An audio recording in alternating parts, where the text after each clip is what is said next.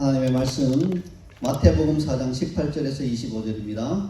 제목은 제자로서 예수님을 따르는가. 오늘 우리의 제목은 우리에게 질문을 하고 있습니다. 그러니까 여러분 이 질문에 답할 준비를 하시면서 메시지를 들으시면 좋겠습니다. 영어로는 Are you following Jesus as a disciple? 이렇게 되겠습니다. 18절로부터 25절까지 한 절씩 교독하겠습니다. 제가 먼저 읽겠습니다. 갈릴리 해변에 다니시다가 두 형제 곧 베드로라는 시몬과 그의 형제 안드레가 바다에 그물 던지는 것을 보시니 그들은 어부라. 말씀하시되 나를 따라오라. 내가 너희를 사람을 낳는 어부가 되게 하리라 하시니 그들이 곧 그물을 버려두고 예수를 따르니라. 거기서 더 가시다가 다른 두 형제 곧 세베대의 아들 야고보와 그의 형제 요한이 그의 아버지 세베대와 함께 배에서 그물 깁는 것을 보시고 부르시니 그들이 곧 배와 아버지를 버려두고 예수를 따르니라.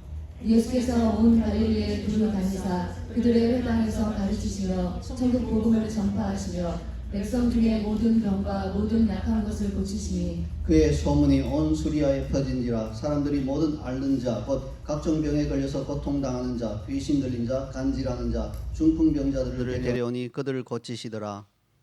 갈릴리와 데가볼리와 예루살렘과 유대와 요단강 건너편에서 수많은 무리가 따르니라. 아멘. 아멘. 네, 할렐루야. 이번 주일 메시지는 우리가 믿고 있는 기독교 신앙의 본질에 대해서 생각해 보도록 하겠습니다. 오늘 메시지를 들으면서 오늘 제목이 질문한 것처럼 우리 자신의 신앙이 이 본질에 충실한 것인지 혹은 혹시 본질에서 벗어난 것인지 잘 점검해 보시기 바랍니다. 만약 자신의 신앙이 본질에서 벗어나 있다면요, 이것을 점검해 보시고 나의 신앙이 본질에서 벗어났네 라고 깨닫는 순간 빠른 시간 내에 이것을 바로잡지 않으면요, 시간이 지나면 어떻게 됩니까? 본질에서 벗어난 그것은 고착화되고 점점 더 시간이 지날수록 본질에서 벗어나게 되는 거예요. 여러분 그렇잖아요. 어떤 목적을 향해서 정확하게 똑바로 가면 시간이 지날수록 그 목적지에 가까워지는데 각도가 조금 틀어나서 빗나가 있으면 시간이 지날수록 그 목적지로부터는 멀어지는 것이에요. 그러므로 오늘 점검해 보시고 본질로 다시 돌아올 수 있도록 그렇게 정정하는 그러한 시간이 되기를 원합니다. 그래서 이것은 결코 가볍게 생각할 수 있는 문제가 아니고요, 본질에 관한 것이라는 것을 기억하시고 들어주시면 되겠습니다. 신앙의 본질이 무엇인가? 거기에 관해서 성찰하게 해주는 한 가지 질문을 드리겠습니다. 미혼의 남녀가 혼인이라는 과정을 통하여 두 사람의 삶이 하나로 연합하는 데 있어서 가장 중요한 한 가지 요소는 뭘까요? 여러 가지 요소들이 있겠죠. 그런데 가장 중요한 한 가지 요소를 꼽으라고 한다면 뭘까요? 답은 아주 자명하죠? 네, 뭡니까? 두말할 것 없이 그것은 사랑입니다. 만약에 사랑이 아닌 다른 어떤 것이 혼인의 가장 중요한 요소가 되어버렸다면 그것을 아무리 그럴듯한 말로 포장해도 서로가 깊이 만족하는 참다운 혼인이라고 말하기는 어려울 것입니다. 예를 들어서 어떠한 부유한 사업가가 있다고 합시다. 그 사람의 돈을 보고 그와 결혼한 여인이 있다고 합시다. 자, 그런데 과연 그 사업가가 망해서 길거리에 나앉게 되어도 그 결혼이 유지될까요? 자, 이 여인은 이 사업가가 돈이 많고 자신을 이렇게 부유한 그러한 만화님으로 이렇게 살 수 있도록 해줄 거라고 생각하고 결혼했어요. 근데 망했어요. 길거리에 나앉게 되었습니다. 그래도 그 결혼이 아무 이상 없이 잘 유지될까요? 아마 어려울 것입니다. 그렇죠? 만약에 그 여인이 끝까지 그 망한 사업가와 함께 길거리에 있으면서 끝까지 운명을 같이 한다면 그건 무슨 뜻이에요? 그것은 아마도 함께 사는 동안 진정한 사랑이 싹튼 거죠. 그래서 처음에는 돈을 벌고 왔다가 이제 이 사람 참 좋은 사람이다 해서 진정한 사랑이 싹 텄기 때문에 같이 견디는 것이지, 그렇지 않고 그 동기가 그대로라면 견디지 못할 겁니다. 떠날 것입니다. 물론 양심의 가책은 좀 느끼겠죠. 사람이라면 내가 이렇게 어려울 때 이렇게 떠나도 되는가 하는 가책은 느끼겠지만 그래도 결국은 견디지 못하고 떠나게 될 것입니다. 이것은 남자도 마찬가지죠. 만약 어떤 남자가 그 여인의 아름다운 외모에 반하여서 그 여인과 결혼했다면, 자, 세월이 흐르면서 문제가 뭐예요? 외모는 다 평등화가 되죠. 그래서 그런 말을 해요. 젊었을 때 아무리 예쁜 분이라도 뭐 한 60 넘어가고 70 이렇게 되면 똑같아요. 평등해집니다. 그러니까 시간이 흐를수록 그 외모가 점점 더 일반 여인들과 똑같이 평등해진다면 그 사랑이 그대로 유지될까요? 쉽지 않을 수 있습니다.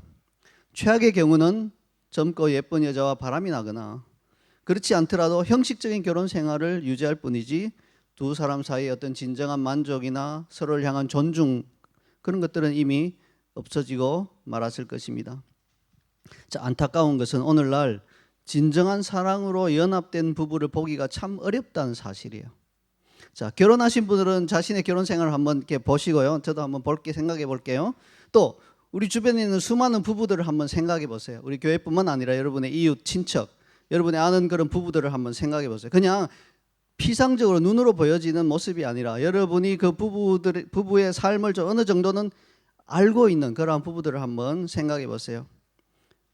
자, 떠올려 보십시오. 지금 머리에 정말 저 부부는 결혼 후부터 지금까지 사랑으로 하나 된 아름다운 관계를 유지하고 있다고 생각되는 부부가 과연 몇 명이나 될까요? 수많은 부부를 머릿속에 떠올릴 수 있겠지만 자, 그런 부부는 아마 이 한 손가락으로 꼽기도 어려울 거예요. 그렇죠? 뭐 몇 명 안 되는 것 같아요. 근데 이와 같은 원리가 예수님을 따르는데도 그대로 적용되는 것 같습니다. 여러분, 이게 중요한 거예요. 이 세상의 부부들 아무리 살펴보아도 그리스도인 부부라 할지라도 정말 사랑으로 연합해서 참 아름다운 부부다, 신앙 안에서 정말 좋은 부부다라고 생각되는 부부가 드문 만큼 예수 그리스도를 따라가는 그리스도인들이 정말로 그 아름다운 모습으로 주님을 따라가고 있구나라고 생각되는 게 드물다는 거예요. 이게 심각한 문제 아니겠어요? 제 짐작으로는요, 정말 진정한 사랑으로 예수님을 따르는 그러한 그리스도인들은요, 진정으로 연합된 그러한 부부를 찾기가 힘든 것만큼 찾기 힘들 것입니다. 이게 사실이라면 정말 충격적이지 않습니까? 그러므로 우리는 정신을 바짝 차리고 내가 다른 누가 아니라 내가 예수님을 따르는 동기가 무엇인지, 나의 신앙의 본질을 내가 잘 알고 따르고 있는지를 점검해 보셔야 된다는 것입니다. 오늘 본문에서도 예수님을 따르는 두 그룹의 사람들이 나오고 있습니다. 한쪽은 예수님께서 지목하셔서 제자로 부르신 그룹입니다. 그리고 다른 한쪽은 자신들의 유익을 위해서 내가 뭔가를 예수님께로부터 받기 위해서 내가 뭔가 원하는 것을 얻기 위해서 예수님을 따르는 그룹입니다. 먼저 두 번째 그룹의 사람들이 어떤 이들인지 23절부터 25절까지 함께 읽겠습니다. 예수께서 온 갈릴리에 두루 다니사 그들의 회당에서 가르치시며 천국 복음을 전파하시며 백성 중에 모든 병과 모든 약한 것을 고치시니 그의 소문이 온 수리아에 퍼진지라. 사람들이 모든 앓는 자 곧 각종 병에 걸려서 고통당하는 자 귀신 들린 자 간질하는 자 중풍병자들을 데려오니 그들을 고치시더라. 갈릴리와 데가볼리와 예루살렘과 유대와 요단강 건너편에서 수많은 무리가 따르니라. 자, 이들은 병 고침이나 축사나 뭐 간질을 낫게 하는 것이나, 간질을 낫게 하는 것이 병 고침인지 축사인지 조금 경계선에 와 있죠. 어쨌든 그러한 것들을 위해서 예수님을 따르는 무리들입니다. 물론 이런 이유로 예수님을 따르는 것이 무조건 잘못되었다, 그렇게 말하고 싶지는 않습니다. 몸에 병이 있으면 지푸라기라도 잡는 심정으로 이분은 병을 치유하시는 분이다 소문이 나니까 이분을 좀 만나서 병 고침을 받고 싶어서 따르는 것, 그게 잘못되었다고는 말할 수 없죠. 그건 얼마든지 그럴 수 있습니다. 예수님도 그들을 보고 불쌍히 여기셔서 그 사람들을 고쳐주셨습니다. 그렇지만 시작은 그렇게 할 수 있지만 그렇게 했더라도 예수님을 따르는 동기가 그 과정 가운데 변해야 됩니다. 그렇지 않으면요, 어떤 일이 일어나나요? 병 고침을 받든 받지 않든 문제가 생기는 거예요. 병 고침을 받으면 어떻게 되나요? 병 고치고자 하는 동기로 따랐기 때문에 병 고침을 받으면 아유 감사합니다 하고는 떠나는 것이죠. 왜냐하면 따른다는 것은 고생이에요. 집을 떠나서 그분이 있는 곳에 가서 모든 것이 불편해도 함께 있는 것이잖아요. 그러니까 병 고침 받았는데 더 이상 주님과 함께 있을 이유가 별로 없지요. 그래서 그냥 감사합니다 한마디 하고 떠나게 됩니다. 자, 무슨 이유에 대해서든지 병 고침을 받지 못하면 어떻게 되나요? 받을 때까지 따르기는 따르겠죠. 그런데 섭섭한 마음을 가지고 따를 것입니다.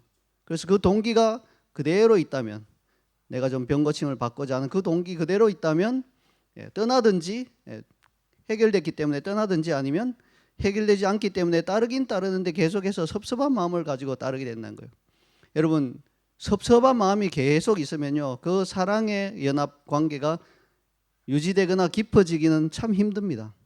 여러분 한번 생각해 보세요. 여러분 어떤 사람에게 되게 섭섭한 마음을 가지고 있는데 그 사람과의 관계가 시간이 지날수록 좋아지기는 어렵겠죠. 그러니까 이런 마음으로 예수님을 온전히 따르기는 어렵다는 것입니다. 자, 여러분은 혹시 예수님을 구주로 믿는 것과 예수님을 따르는 것을 동일시하고 있지 않나요? 이 부분을 짚어보셔야 돼요. 그래서 예수님을 믿기만 하면 그게 곧 그분을 따르는 것이라고 생각하나요? 근데 그렇지 않습니다. 여러분, 따른다는 말은 무슨 뜻인가요? 따른다는 것은 어디까지나 계속해서 진행되어 가는 과정을 의미합니다. 어떤 사람을 따라 같은 목적지로 가기로 동의하고 그 사람과 함께 간다면 한두 발짝 그 사람이 가는 쪽으로 이렇게 가다가 중간에 곁길로 새버리는 게 아니에요. 끝까지 그 목적지까지 그 사람과 함께 가야 그것이 따르는 것입니다. 그래서 한두 발짝 가다가 그냥 멈춰서거나 곁길로 새는 것, 이것은 따르는 것이 아니에요. 우리가 예수님을 구주로 믿는다, 이것은 그분을 따르기로 하는 첫 발걸음을 내딘 거예요. 내디딘 것입니다. 그거에 불과해요. 계속해서 예수님이 내 인생 전체를 이끌어 가시는 대로 따라가야지 그것이 따른다는 것이에요. 근데 많은 그리스도인들이 좀 따라가다가 아닌 것 같은데 하고 멈춰서 있거나, 어떤 그리스도인들은 심지어 곁길로 가고 있어요. 이것은 따른다라고 하는 표현으로 말하기에는 어렵다는 거예요. 멈춰서 있는 것입니다. 이런 의미에서 비록 예수님을 믿었다 하더라도 온전히 예수님을 따르지 않는 사람들이 무수히 많습니다. 그리고 내가 그런 무리 중에 속하지 않는다는 보장이 없다는 거예요. 솔직히 자기 자신을 들여다보세요. 내가 지금 예수님을 따르고 있는지, 아니면 따르기로 결심하고 한두 발짝 같이 가다가 힘들어서 지금 주저앉아 있는지, 아니면 심지어 옆길로 새고 있는지, 여러분 자기 자신을 점검해 보셔야 된다는 겁니다. 근데요, 또 재미있는 것은 예수님을 믿는 사람들 중에 대부분은 자신이 예수님을 잘 따르고 있다고 생각하고 있어요. 여러분 자신도 지금 그렇게 느끼고 있겠죠? 나는 예수님을 잘 따르고 있습니다. 그렇게 생각하고 있을 겁니다. 그리고 그 근거를 대보라고 한다면, 아니 당신이 예수님을 잘 따른다고 하는데 잘 따르는 그 근거가 뭡니까? 이렇게 물어보면, 제가 매주 빠지지 않고 교회를 다니고 있습니다. 교회 출석 제 빠지지 않아요. 이렇게 말할 수 있겠죠? 제가 헌금을 제가 꼬박꼬박 잘 드립니다. 아니 헌금은 물질은 내 마음이 가는 것이니까 내가 헌금을 규칙적으로 잘 드린다는 것은 내가 주님을 잘 따른다는 근거가 되는 것입니다. 제가요 선교에 동참하고 있고요, 1년에 한두 번씩 선교지에 나가서 봉사를 하고 있습니다. 그러니까 예수님 잘 따르는 거 아니겠습니까? 혹은 제가 규칙적으로 말씀을 읽고 기도 생활하고 있습니다. 이 정도면 예수님 잘 따르는 것 아니겠습니까? 라고 여러 가지 이유로 그 근거를 댈 수 있겠는데, 이런 것들이 내가 예수님을 정말로 잘 따르고 있다는 근거가 될 수 있을까요? 이게 참다운 근거가 될 수 있을까요? 그렇지 않음을 우리는 마음 깊은 곳에서 느끼고 있죠. 이런 것이 근거가 될 수는 없다. 그러면 그 근거는 무엇이 되어야 할까요? 내가 지금 예수님을 잘 따르고 있다는 근거가 될 수 있는 게 있을까요?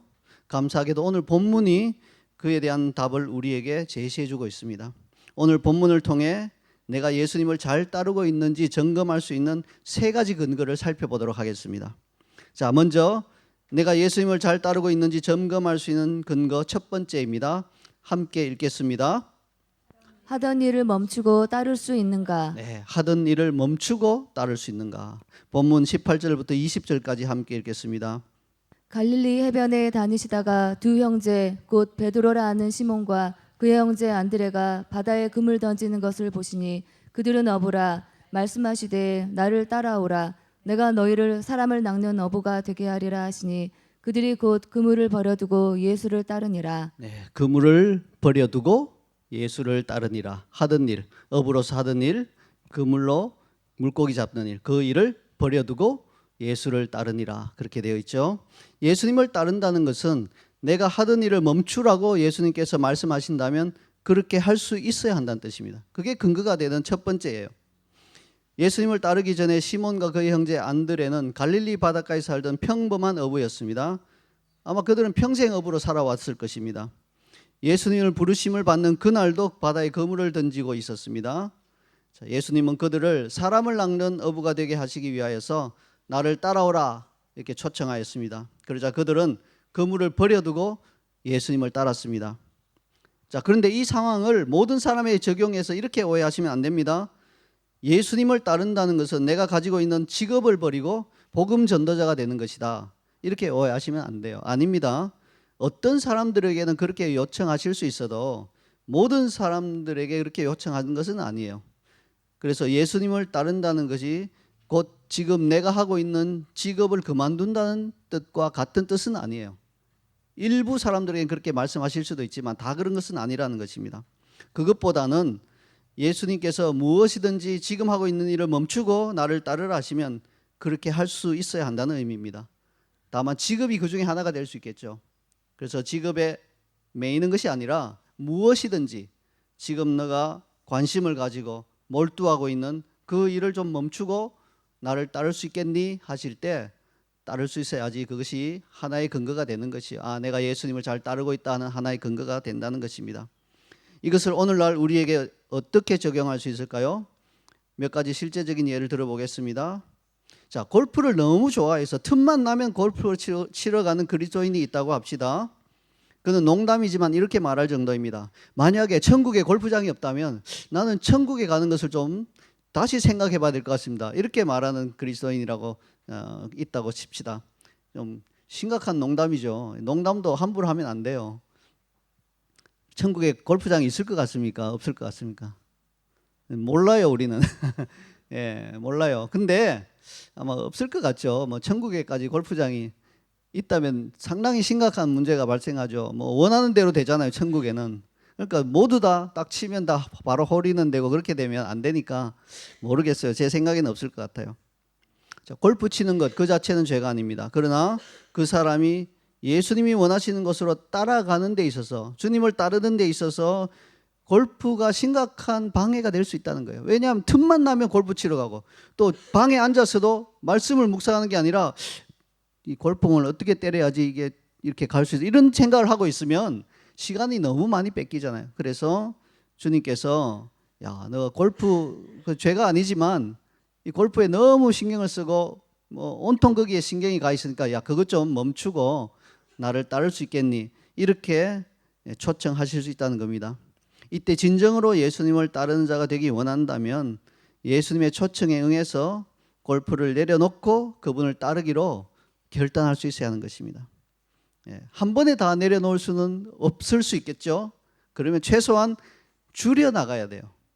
그것조차 하지 않고 그냥 이런저런 핑계를 대면서 골프 치는 시간을 조금 더 줄이려 하지 않는다면 아무리 감동을 주셔도 이거는 양보 못합니다. 이런 자세로 안 줄이려고 한다면 그것은 그 사람은 예수님의 제자로서 따를 준비는 아직 되어 있지 않은 것입니다. 제가 아는 선교사님 전에 한번 말씀드렸죠. 네, 이분이 예수님 믿기 전에는 청년 시절에 그 롤러스케이트라는 게 유행할 때가 있었어요. 한때 우리나라에. 그래서 저희 대구에 가면 큰 롤러스케이트장이 있는데요. 아침에 딱 문을 열면 밤 한 10시까지 한대요. 그 문 열자마자 들어가서 밤 10시까지 점심 저녁도 안 먹고 그냥 계속 한 12시간을 롤러를 탄대요.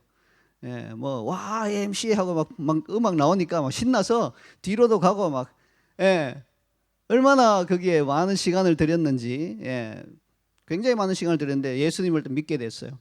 믿자마자 끊어진 게 술, 담배예요. 근데 여전히 롤러장에 롤러 타러 갔어요. 습관이 돼 있어요. 몸이 그걸 원하니까. 근데 어느 날 막 롤러를 타다가 느껴졌어요. 내가 이렇게 하루 12시간씩 롤러 타는 게 주님을 따르는 데 있어서는 심각한 방해가 되겠구나.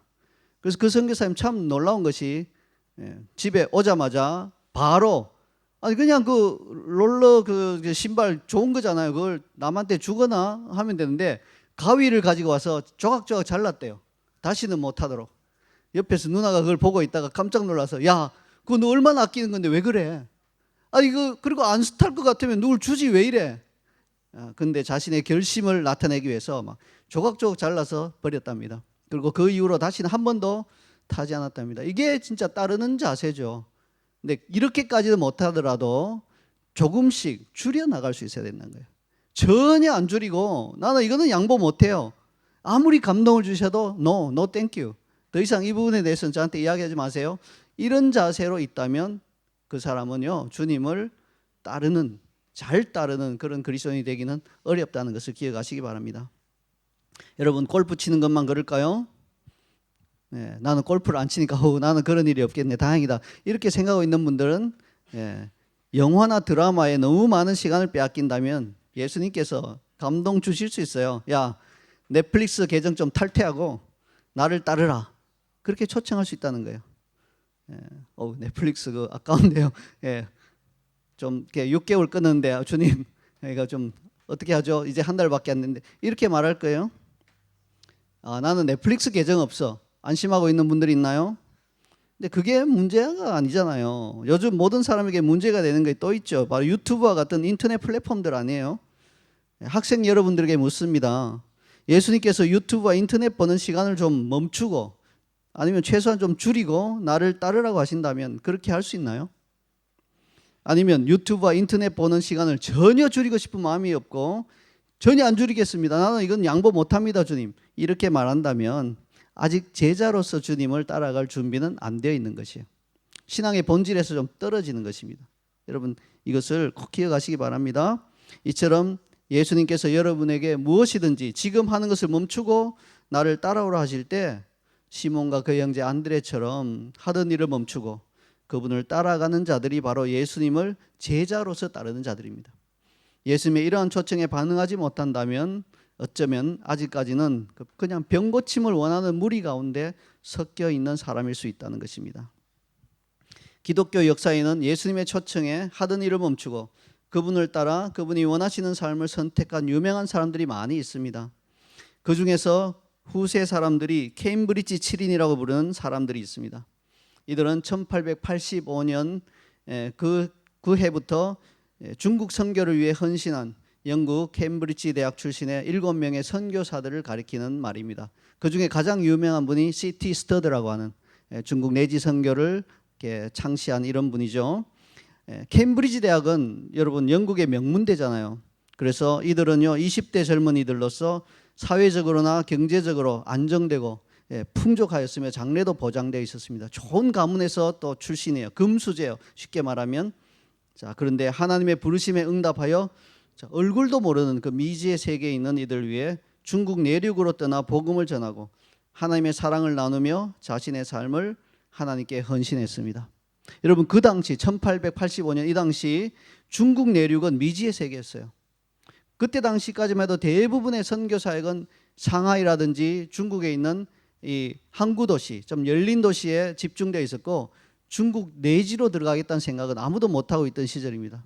그 시절에 그들은 하나님의 부르심에 응하여서 예수 그리스도의 제자로 따라가는 그 길을 위해 다 버렸다는 거예요. 캠브리지 나왔다는 그 명예도, 사회적 지위도, 이 모든 것을 버리고 그들은 그 중국 내지로 들어갔습니다. 여러분 사진을 한번 보세요. 이 사람들이 정말 서양 사람들이 어떻게 이런 모습으로 앉아서 사진을 찍어요? 예?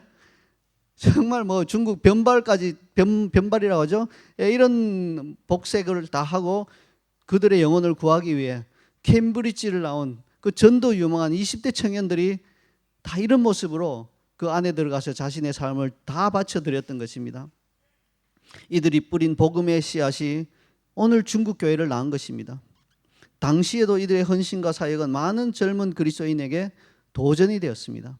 그래서 그들도 돌이켜서 발길을 돌이켜서 예수님의 제자로서 예수님을 따르는 일에 굉장히 많은 도전을 받고 굉장히 많은 젊은이들이 주님께로 헌신하게 만든 아름다운 삶을 살았습니다. 이런 이들이 바로 제자로서 예수님을 따르는 자들입니다. 우리는 비록 케임브리지 7인과 같은 놀라운 사역을 하지는 못한다 하더라도 예수님께서 지금 내 삶에서 나를 따르는 것을 방해하는 저것을 내려놓고 나를 따를 수 있느냐라고 물으실 때 그것을 멈추고 그 제자로서의 그 길을 따라갈 수 있어야 할 것입니다. 이것이 바로 첫 번째 근거가 되는 것입니다. 그 다음으로 내가 예수님을 잘 따르고 있는지 점검할 수 있는 근거 두 번째입니다. 우리 함께 읽겠습니다. 즉시 따를 수 있는가? 네, 즉시 따를 수 있는가? 그걸 물으십니다. 본문 20절과 22절을 함께 읽겠습니다.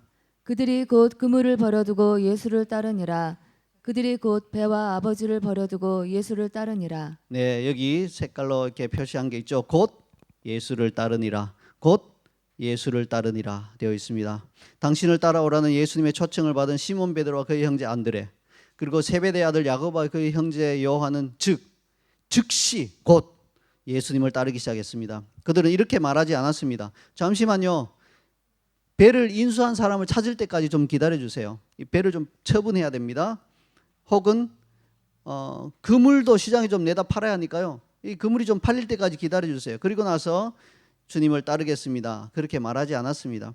오히려 그들은 곧 그물을 버려두고 예수님을 따랐습니다. 그물이 팔리든 말든 관심 밖이었습니다. 그냥 즉시 예수님을 따랐다는 것입니다. 제가 일반적인 남편들보다는 집안일을 좀 잘 거두는 편에 속하지만 때로는 아내가 요청한 것을 금방 들어주지 못할 때가 있습니다. 제 아내가 청소기 한번 돌려주실래요? 라고 하면 대부분 곧장 두말하지 않고 나가서 청소기를 이렇게 돌리는데, 급한 일을 하고 있어서 곧바로 부탁을 들어주지 못할 때도 있습니다. 근데 가끔은요, 정말 가끔은 급하지도 않은데 왠지 하기 싫어.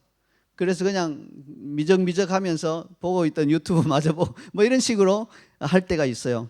자, 그러면 굉장히 신기해요. 급한 일이 있어서 못하면 그냥 가만히 있는데 미적거리고 막 하기 싫어서 미적거리면요, 윙 하고 막 소리가 나요. 그래서 좀 미안한 마음에 나가보면 막 벌써 청소를 하고 있는 거예요. 뭐라고 말은 안 해요. 근데 벌써 그 이렇게 행동이나 이런 표정으로 벌써 말하고 있죠. 부탁했을 때 급한 일도 없으면서 곧바로 해주지 않으면 하기 싫다는 말이니 제가 직접 하고 말게요. 이런 막 표현들이 이렇게 다가오는 거예요. 여러분, 이처럼 사람도 자신이 요청한 것을 곧바로 들어주지 않으면 이게 하기 싫다는 사인으로 받아들이는데, 누구보다 우리 마음을 잘 아시는 주님은 우리가 곧바로 주님을 따르지 않고 이유를 댄다면 그게 합당하지 않다는 것을 너무나 잘 아시죠. 그래서 이게 이제 또 심각한 이유 중에 하나가, 시간을 끌면 어떻게 됩니까? 악한 자가 우리를 가만두지 않아요. 우리가 정말로 예수님을 곧바로 따라가면 이 악한 자가 틈을 탈 기회를 안 주는 건데, 시간을 끌면서 이렇게 미적거리고 있으면 이제 악한 자가 와서 귀에 속삭이죠. 뭐라고 속삭입니까? 우리 발목을 이렇게 잡기 위해서 뭐라고 속삭일까요? 야, 그 길 따라가면 엄청나게 고생하게 될 거야. 너 그거 죽는 길이야. 이렇게 속삭이겠죠. 또 지금 하는 일을 그만두면 앞으로 어떻게 살래? 이런 심각한 질문으로 속삭이는 거. 그러면 그걸 듣다 보면 그렇지, 이거 내가 이걸 떠나가면 아이고 엄청 고생할 텐데, 혹은 지금 하는 일 내려놓으면 당장 수입이 끊어진대, 이거 어떡하지? 이런 생각이 들게 이게 속삭인다는 거예요. 근데 이런 속삭임도 상당히 강력한 나의 발목을 잡는 게 되지만, 더 강력하게 나의 발목을 잡는 속삭임이 있어요. 뭔지 아세요? 오늘은 하던 일 마저 하고 내일부터 떠나라. 이게 이제 가장 강력한 속삭임이에요. 그럴듯하잖아요. 야, 거기 가서 고생한다면 고생은 주님 따라가면서 해야지, 막 이런 생각이 올라올 수 있어요. 그런데 너 지금 그만두면 너 어떻게 먹고 살래? 먹고 사는 건 주님이 해결해 주시겠지. 이런 생각도 올라올 수 있어요, 반대로. 근데 오늘 하던 일 그만 계속하고 내일부터 가라, 이렇게 하면 그렇지, 굉장히 합리적이네. 그래, 지금 오늘 하는 일은 마저 하고 내일부터, 이런 생각이 자기도 모르게 쓱 들 수 있으니까 그게 굉장히 가장 강력한 속삭임인 것입니다. 그러므로 여러분, 내일을 너무 생각하지 마세요. 내일은 영원히 안 와요. 내일이 안 온다니까요. 오래전 일이지만 동남아에서 사회 가시는 선교사님이 제게 이렇게 푸념하는 것을 들었습니다. 이 나라 관공서에서는 공무원들이 얼마나 게으르고 무책임한지 모릅니다. 간단한 허가서 한 장 10분 만에 나올 거를 아침 일찍부터 와서 하루 종일 줄 서게 하고 오후 한 3시나 이렇게 돼서 이름 불러서 가보면 미안하다고, 그냥 지금 일 처리가 거의 끝나가고 있고 해서 오늘은 안 되겠다고 내일 오라고 말한답니다. 그래서 허탈한 마음으로 집에 돌아갔다가 그 다음날 아침 또 아침 일찍 가면요, 똑같은 일이 또 반복되는 거예요. 내일 오라고 또다시 말하는 거예요. 그러면 막 항의를 하죠. 아니, 어제 와서 내일 오라 해서 오늘 왔는데 왜 또 내일 오라고 하냐고 막 항의하면, 오늘은 오늘이고 내일이 아니라는 거예요. 이 굉장히 이상한 논리죠. 내일 다시 오라는 거예요. 이게 언제 끝날지 모른다는 겁니다. 그러므로 여러분, 만약 나를 따라오라 하는 주님의 요청에 곧바로 응답하지 않고 내일 따를게요, 내일 따라라 하는 악한 자의 그 속삭임에 우리가 동의해 버린다면 내일은 영원히 오지 않습니다. 내일이 되면 또 다른 내일이 있고요, 내일이 되면 또 다른 내일이 있습니다. 자, 그러므로 주님이 요청하시면 곧 따르는 것, 이것이 내가 예수님을 잘 따르고 있는지 점검할 수 있는 두 번째 근거입니다. 마지막으로 내가 예수님을 잘 따르고 있는지 점검할 수 있는 세 번째 근거입니다. 함께 읽겠습니다. 인간적인 정을 떨치고 따를 수 있는가? 네, 인간적인 정 가장 어려운 거죠. 이걸 떨치고 따를 수 있는가 묻고 있습니다. 본문 21절과 22절을 함께 읽겠습니다. 거기서 더 가시다가 다른 두 형제 곧 세베대의 아들 야고보와 그의 형제 요한이 그의 아버지 세베대와 함께 배에서 그물 깁는 것을 보시고 부르시니 그들이 곧 배와 아버지를 버려두고 예수를 따르니라. 네, 아버지를 버려두고 예수를 따르니라. 굉장히 불효자식의 이야기처럼 들리죠. 아버지를 버려두고 예수를 따르니라. 이 세 번째 근거가 가장 어려운 것입니다. 당신을 따르라는 요청에 세베대 아들 야고보와 그의 형제 요한은 배뿐만 아니라 아버지를 버려두고 예수님을 따랐습니다. 이걸 보고 우리는 이게 너무한 것 아닌가 그런 생각이 들 수 있겠죠. 그물과 배를 버려두고 따르는 것은 뭐 결단하면 어찌어찌 해도 할 수 있는 것 같은데, 아니 같이 막 일하고 있던 아버지를 갑자기 버려두고 예수님을 따르는 것은 너무 많은 것을 요구하시는 것이 아닌가 하는 생각을 하게 됩니다. 근데 여기서 우리가 흔히 하는 오해가 있습니다. 예수님은 지금 세베대의 아들 야고보와 요한에게 아버지와 인연을 끊으라고 이야기하시는 거예요? 다시는 만나지 못할 것이다, 나를 따르라, 이렇게 말씀하시는 거예요? 아닙니다. 실제로 그들은 예수님을 따르면서도 가족관계는 여전히 유지한 것을 볼 수 있어요. 복음서 나중에 보면 어떤 일화가 나오나요? 야고보와 요한의 어머니가 등장하여 예수님께 자기 아들들을 하나님 나라 예수님 보좌 좌편과 우편에 앉게 해달라고 청탁하는 모습을 보게 됩니다. 이런 모습을 봤을 때 인연 끊은 게 아니에요. 여전히 예수님을 따르면서도 가족관계 인연은 여전히 유지되고 있었고요, 오히려 아버지 어머니도 예수님께 가까이 가 있었던 것을 알 수 있어요. 그러므로 인간적인 정을 끊고 예수님을 따르라는 것은요, 인연을 끊고 예수님 따르라는 말이 절대 아닙니다. 오해하시면 안 돼요. 이것은 뭘 묻는 겁니까? 예수님을 따르는 데 있어서 가족과 친구와 같은 사람들과의 인간적인 정으로 인해서 방해받는다면 과감하게 그것을 떨쳐버릴 수 있는지를 물으시는 것이에요.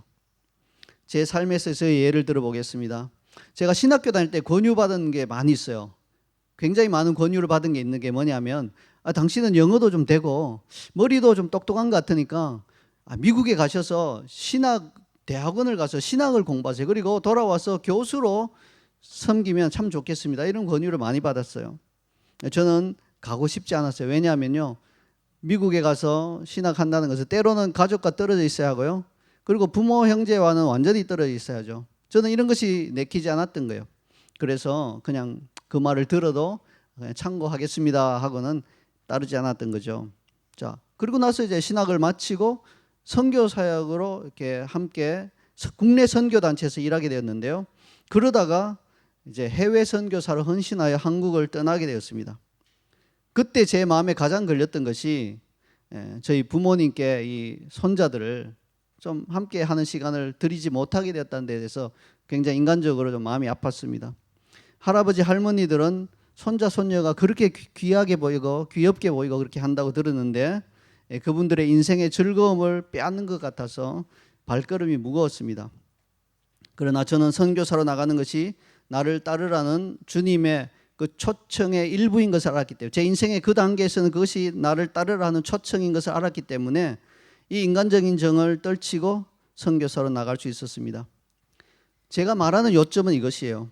만약 미국에 유학을 가서 신학을 공부하고 신학교 교수가 되는 것이 저를 향한 주님의 뜻이었고 그 길로 나를 따르라고 주님이 초청하셨다면 저는 뭐 두말할 것 없이 미련 없이 그 길로 갔을 것입니다. 이처럼 주님이 나를 따르라고 하실 때 인간적인 정으로 인해서 망설여지고 끝내 주님의 초청을 거절한다면 참된 주님의 제자로 주님을 따르는 것은 아닌 것이에요. 이게 세 번째 근거가 되는 것입니다. 자, 여러분은 어떤가요?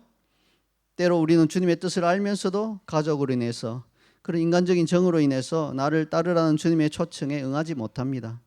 이런 분들은 예수님께서 누가복음 9장 61절과 62절의 말씀을 들려주신 그 말씀을 새겨야 합니다. 함께 읽겠습니다. 또 다른 사람이 이르되 주여 내가 주를 따르겠나이다마는 나로 먼저 내 가족을 작별하게 허락하소서. 예수께서 이르시되 손에 쟁기를 잡고 뒤를 돌아보는 자는 하나님의 나라에 합당하지 아니하니라 하시니라. 네, 또 다른 사람이 이렇게 말합니다. 주여 내가 주를 따르겠나이다마는 따르겠습니다. 그런데 나로 먼저 내 가족을 작별하게 허락하소서. 그렇게 말하니까요. 의외로 예수님께서 그렇게 다녀오라 하지 않으시고 이렇게 강경하게 말씀하세요. 손에 쟁기를 잡고 뒤를 돌아보는 자는 하나님의 나라에 합당하지 아니하니라. 굉장히 강경하게 이야기하십니다. 좀 이상하지 않은가요? 예수님께서 자신을 따르겠다는 사람이 가족과 함께 여러 날 머물겠다는 것도 아니고 그냥 작별 인사하고 오겠습니다 하는 이 말에도 거절하셨습니다. 아니다. 그렇게 가면 너 안 돌아올 거야. 손에 쟁기를 잡았으면 뒤돌아보지 않고 가는 것이야. 지금 나를 따르라. 이렇게 요청하고 계신 것입니다. 예수님은 그 사람의 마음을 아셨던 거죠. 가면요 털컥 발목이 잡히는 거예요. 아유 하루만 더 있다 가라. 하루만 더 있다. 이제 또 내일이죠. 내일 가라. 내일 가라. 이렇게 인간적인 정으로 인해서 결국은 따르지 못할 것을 아셨기 때문에 손에 쟁기를 잡고 뒤를 돌아보는 자는 하나님 나라에 합당하지 않다 말씀하시면서 나를 따르라 하신 것입니다. 이제 말씀의 결론을 맺겠습니다. 지금까지 우리가 살펴본 것처럼 제자로서 예수님을 따르는 것은요 무엇을 하고 있든지 간에 그것을 내려놓으라 하시면 내려놓아야 됩니다. 부르시는 즉시 그분을 따르기로 결정하고 따라야 합니다. 내일이 아닙니다. 또 그분을 따르는 데 있어서 방해가 된다면 인연을 끊는 게 아니라 인간적인 정을 끊을 수 있어야 합니다. 그걸 떨칠 수 있어야 합니다. 이 세 가지 근거가 있을 때 우리는 나는 예수님을 따르고 있다라고 말할 수 있습니다. 이 세 가지가 안 될 때는 감히 예수님을 따른다고 말하지 마세요. 나는 그냥 병 고침을 원하는 무리 가운데 있는 자일 것 같습니다라고 솔직하게 고백하셔야 됩니다. 제자로서 주님을 따르는 길이 왜 이렇게 어려운 것일까요? 주님은 왜 이런 결단을 요구하시면서 왜 즉시 네가 하던 일을 금방 멈추고 나를 따르라, 인간적인 정에 얽매이지 마라 이렇게 하시는 것일까요? 그 이유는 예수님이 우리를 데려가고자 하시는 길이 어려운 길이기 때문에 그래요. 여러분 쉬운 길은 쉽게 떠날 수 있는데 어려운 길은 단단히 준비를 시켜서 떠나는 거예요. 여러분 생각해 보세요. 그 에베레스트 산을 정복하는 그 나서는 길이라면 얼마나 준비를 시켜서 가야 되겠습니까? 그래서 미리 잘 준비시키기 위해서 나를 따른다는 것이 어떠한 것이라는 것을 말씀을 통해서 분명하게 우리에게 전해주고 있는 것입니다. 그 길은요 어렵습니다. 날마다 자기 십자가를 지고 예수님을 따르는 길입니다. 제자로서 따르는 길은 쉽지 않아요. 그렇기 때문에 수많은 그리스도인들이 제자로서 예수님을 따르는 것이 아니라 그냥 단순히 예수님께서 자기들이 소원하는 뭔가를 이루어 주실 것을 생각하고 따르는 것입니다. 그것은 제자로서 따르는 것이 아닌 것입니다. 이 시간 내가 어떠한 자인 것을 점검해 보시기 바랍니다. 지금 말씀드린 세 가지 기준을 자신에게 적용하여서 주님이 그렇게 나에게 말씀하시면 과연 내가 하던 일을 멈추고 곧 인간적인 정을 끊고라도 예수님을 따를 수 있는 자인지 아직까지는 그렇지 못한 자인지 점검해 보시기 바랍니다. 저는 우린 자이언 CC의 모든 성도들이 진정한 예수님의 제자로 주님을 따르게 되기를 간절히 소원합니다. 아멘. 이 시간 우리 하나님의 말씀을 보면서 방금 들은 말씀을 이제 읽고 마음에 새기면서 우리 함께 결단하며 기도하며 나가겠습니다. 함께 기도하겠습니다.